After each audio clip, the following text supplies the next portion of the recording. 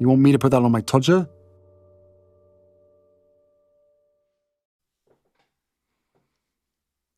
Harry's wife. She is fuming. What's that smell? Can you smell it? It's a strange sort of burning smell. Sulphuric, perhaps. But also that kind of tarry, petrol-like scent as something icky is being burned. You don't want to breathe too much of it in. It might affect your lungs in an adverse way. Because that scent is what's being given off by the fuming Harry's wife. Because according to RadarOnline.com, Harry's wife fuming over proposal her husband Harry attend King Charles's coronation without her, sources claim. Harry, of course, must be kept under control, and therefore he must do what Harry's wife determines that he must do.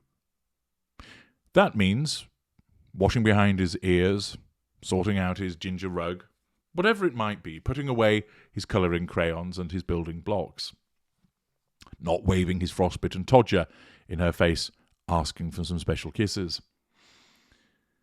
Of course, if she determines that he can go off and do his own thing, then again, that's only by virtue of her assertion of control over him. He is the intimate partner primary source, and remains in that position, at least for now, as being the person that's easiest to control, who also provides her with the most fuel, character traits, and residual benefits. He's in the sustained devaluation phase, but he remains in the relationship with her. And that means that he is an extension of her.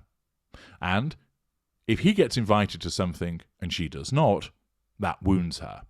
Because where he goes, she must go, in order to continue to control him.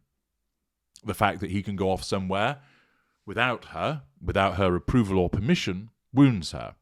Furthermore, the fact that she is not considered as an invitee for the proposal of attending the coronation wounds her, because she believes that she's so important that she ought to be invited and attend. Or, if she has been invited and decides that she's not going to attend, then Harry ought not to either. He can't go on his own. People would often say, they behave because they're joined at the hip. But no, it's quite simply because it threatens her notion of control over him. That he would express any kind of independent thought or desire to go and do something without her weakens the control that she has over him. And she has to have that control. That's why the narcissist will repeatedly ring you or message you when you're on a night out to ask how you're getting on, sometimes inventing some kind of emergency involving the children so that you need to come home immediately. It's why certain narcissists suddenly appear at the event that you're attending. You've gone out for a drink with the girls, and you've said that you're going to a particular bar, and then the narcissist, partway through the evening, wanders in. Hey, fancy seeing you here. You knew I was coming here. Did I? Oh, no, I was just passing and saw you through the window. Hi, I'm Bill, pleased to meet you all. Then sits down, pours himself a glass of wine, and hangs around. Self-inviting, which shows a lack of boundary recognition. Interference in your relationships, which shows a lack of boundary recognition and an absence of emotional empathy. A sense of entitlement to turn up. A lack of accountability for the behaviours by interrupting your evening, which was meant to be you and your friends, without the narcissist.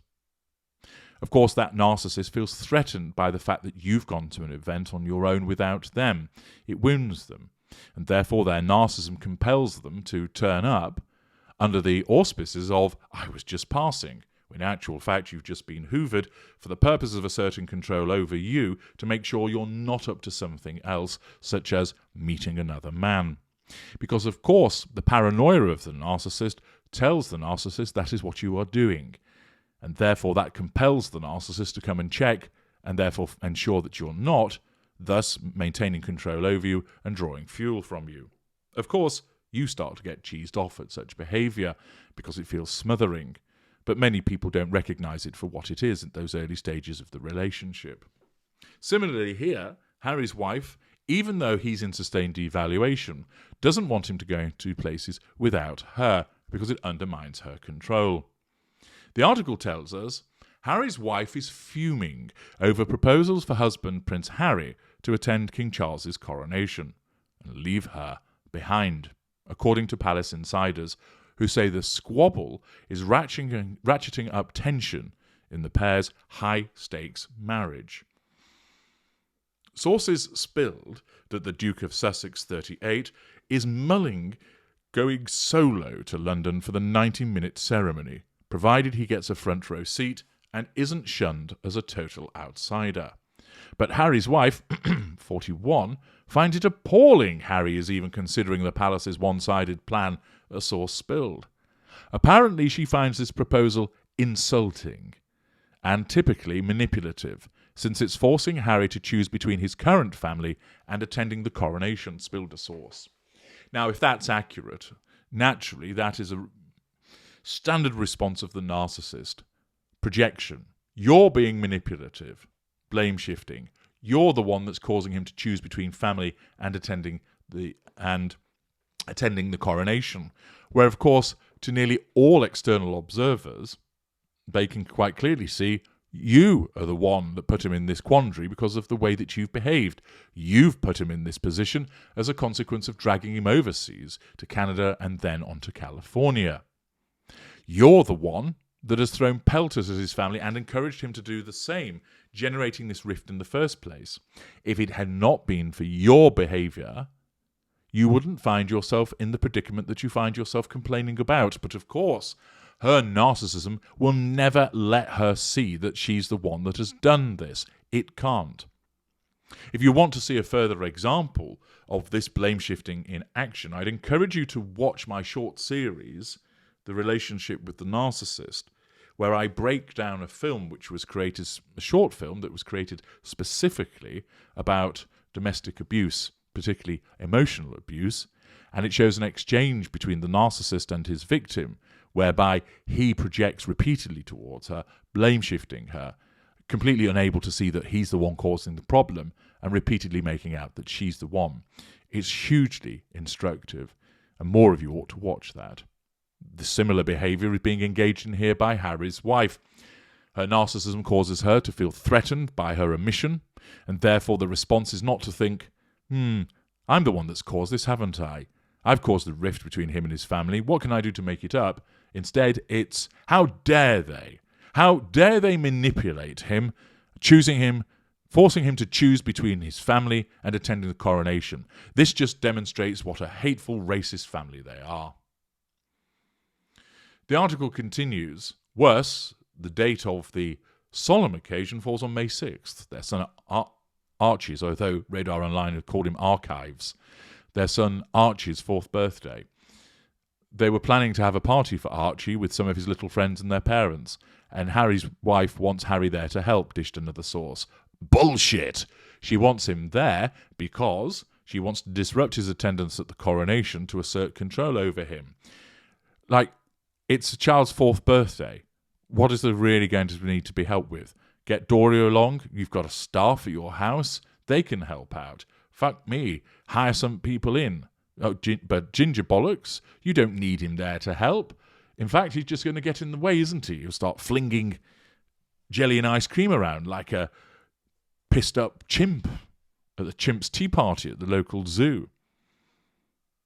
The article continues, how would it look if he bailed on his own son's birthday? I suspect Harry's wife will not be happy if Harry takes the bait and attends the coronation, said an insider.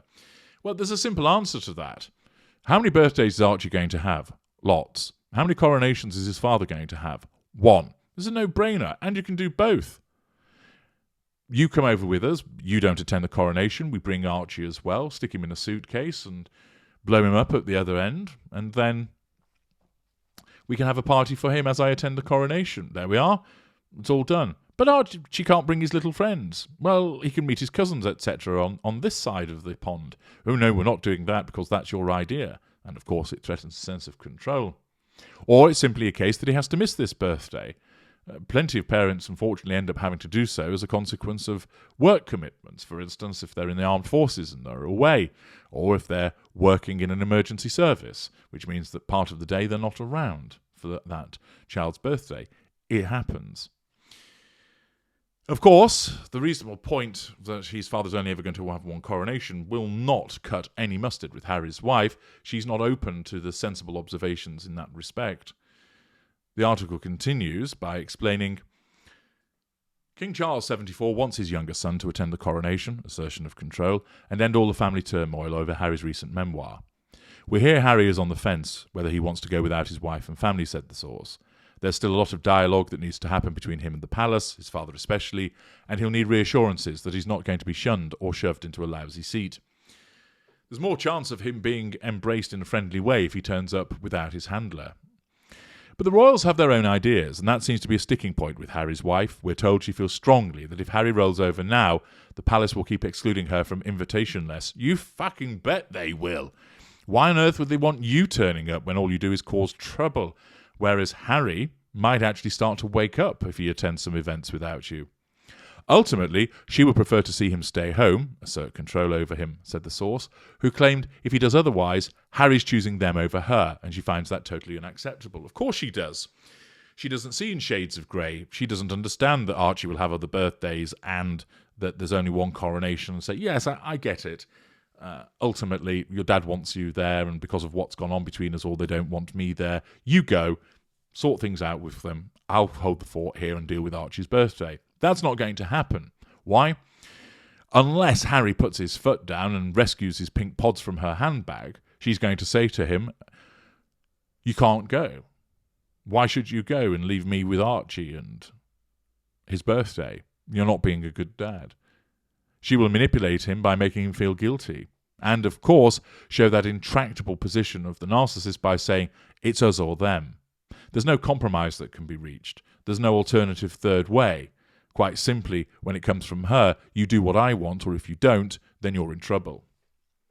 Another insider added, the way the royals choose to approach the situation will ultimately affect how this all plays out. If they made an ultimatum, Harry has to sneak in without Harry's wife, then it will almost certainly mean he's a no-show, unless he does the unthinkable, by defying Harry's wife and putting himself in the doghouse, said a source. They've got that accurate. He's in a very tough spot by attending the coronation. It sends a powerful message he still cares and ultimately wants peace.